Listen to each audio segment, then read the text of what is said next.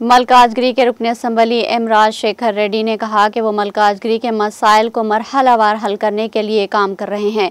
रुकन assembly M Rajshekhar Reddy ने आज गौतम नगर डिवीज़न कॉरपोरेटर सुनीता रामू यादव और म्यूनसिपल ओहदेदारों के हमरा मलकाजगिरी हल्के के निर्मित मौला अली गौतम नगर के मुख्तलिफ इलाकों का दौरा किया।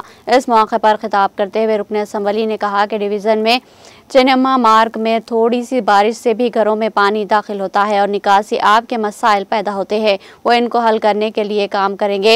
इस प्रोग्राम में बीआरएस कायदीन, कारकुनान और कॉलोनी के लोगों ने बड़ी तादाद में शिरकत की।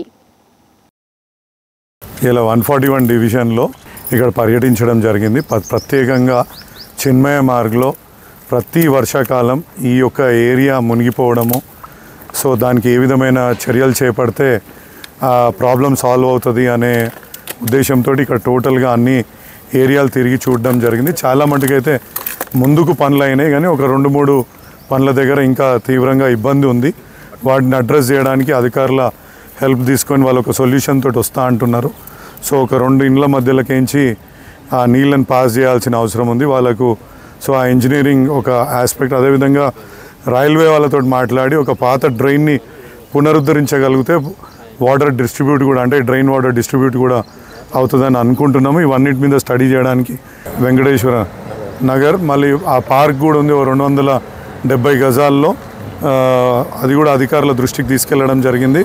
వాళ్ళు అక్కడ పిల్లల ప్లే ఎక్విప్మెంట్ కానీ, పెద్దలు ఎక్సర్సైజ్ చేసుకునే డే టైమ్ ఉన్న జిమ్స్ కానీ, అంటే ఓపెన్ జిమ్స్ కానీ పెట్టడానికి వాళ్ళు ఒక ప్రపోజల్ పంపిస్తా అన్నారు। అదేవిధంగా హార్టికల్చర్ వాళ్ళు కూడా దాన్ని ఎంతవరకు క్లీన్ చేసి గ్రీనరీ పెట్టడానికి కూడా వాళ్ళకు కూడా ఒక ప్రపోజల్ పంపించడం జరిగింది। త్వరలోనే ఈ పనులు చేపడతామని చెప్పేసి కూడా వాళ్ళు చెప్పడం సంతోషంగా ఉంది। ఈరోజు 141 డివిజన్ గౌతమ్ నగర్లో మన చిన్మయ్ మార్గ్లో వర్షం పడినప్పుడు చాలా ప్రాబ్లం ఫేస్ చేయడం అవుతుంది। ఇళ్ళల్లోకి నీళ్లు పోవడము చాలా ప్రాబ్లం ఫేస్ చేస్తున్నారు। దానివల్ల ఈరోజు దానికోసం సొల్యూషన్ కోసం అని చెప్పేసి మన డిఈ గారితో, అదేవిధంగా ఈఈ దివ్యజ్యోతి గారితో కూడా, అలాగే మన ఎమ్మెల్యే మరి రాజశేఖర్ రెడ్డి అన్న గారు కూడా విచ్చేసి దానికోసం మార్గాన్ని కనుక్కోవడం కోసం పర్యటించడం జరిగింది। అదేవిధంగా కాలనీ వాసులందరితో కూడా పర్యటించి దానికి సొల్యూషన్ ఏంది అనేది తెలుసుకోవడానికి ఈరోజు ఈ సందర్భంగా అందరూ కూడా మాకు సహకరించినందుకు అందరికీ థ్యాంక్స్ తెలియజేసుకుంటాం।